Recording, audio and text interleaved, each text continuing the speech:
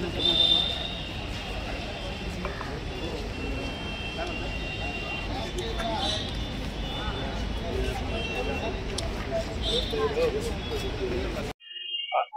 आम्ही जो मोर्चा काढला सर्व वकील संघटनांनी आणि कल्याणच्या बार असोसिएशननी, आम्ही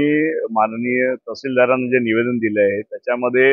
हा जो मुलीबद्दलचा जो खटला आहे ज्यामध्ये आपल्या त्या मुलीची त्या आरोपीने निर्घृणपणे अत्याचार करून हत्या करण्यात आलेली आहे, हा खटला या कोर्टामध्ये फास्ट ट्रॅकमध्ये घेऊन डे टू डे चालवण्यात यावं आणि त्याच्यावर कठोर कारवाई करून त्याला फाशी शिक्षा देण्यात यावी ही आम्ही त्याच्यामध्ये विनंती केलेली आहे, मागणी केलेली आहे।